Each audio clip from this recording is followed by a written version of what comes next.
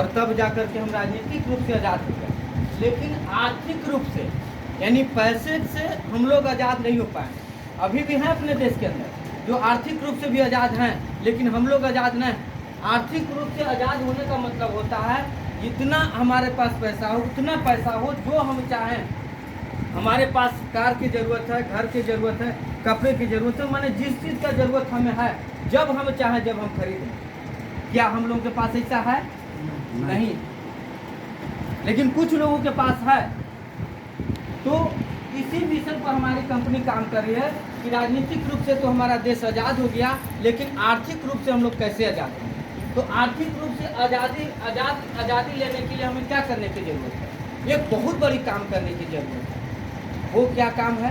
दुकान बदलना। बहुत बड़ा काम है क्या? नहीं। दुकानें बदलना है ना, खर्चे की दिशा को बदलना है। यानी खर्चे की दिशा को जैसे ही बदलते हैं तो हमारा दिशा भी बदलना, दशा भी बदलना शुरू हो जाता है। हमें खर्चे की दिशा को बदलना है और चर्चा की दिशा को भी बदलना है। कंपनी जब आया था, हमें भी जब बताया गया था इस तरह के मार्केटिंग प्लान को, तो लगा था कि बहुत बड़ी काम है। लेकिन बाद में जब इसके बारे में जानकारी मिला, इस तरह से बैठ कर के हमने जब सीखना शुरू किया तो लगा कि नहीं, तो हम पहले भी करते थे। खर्चा हम सभी लोग करते आ रहे हैं, कर रहे हैं कि नहीं कर रहे हैं। और दूसरी कंपनी आपको कहती है कंपनी कि दूसरा आपको काम करना है, चर्चा करना। तो चर्चा भी हम पहले करते थे।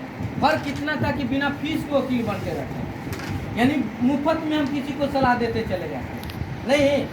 तो खर्चा भी करते हैं और दूसरा काम इसमें चर्चा करना है। अब चर्चा कैसे करते हैं? अब डॉक्टर सुरेश सर हैं, हमारे बीच में राजवल्लभ भैया हैं और बहुत सारे आप लोग भी हैं। आप लोग भी यदि कोई कपड़ा खरीदते हैं, कपड़ा खरीदने के बाद जब घर पे जाते हैं, पहनते हैं या नहीं पहनते, उसके पहले अपने पड़ोसी को दिखाते हैं। होता है कि नहीं होता?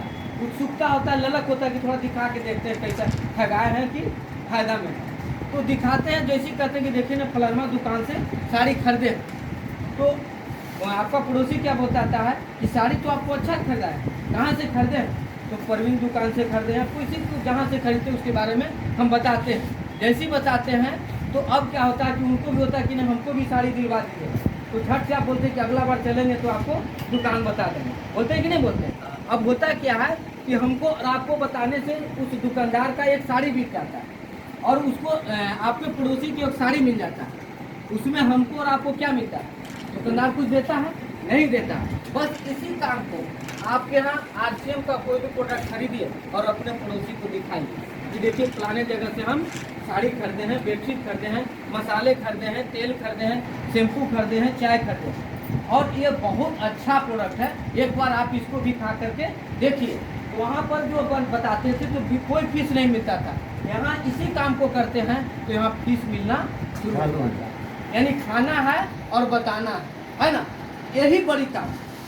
इसी काम के लिए हम लोग यहाँ पर बार बार एक ही चीज़ को मार्केटिंग प्लान को दिखाते हैं। जैसे हमने बहुत अच्छी तरीके से हम लोग को मार्केटिंग प्लान दिखाया कि हम कंपनी से सामान नहीं लेते हैं, बगल के दुकान से लेते हैं।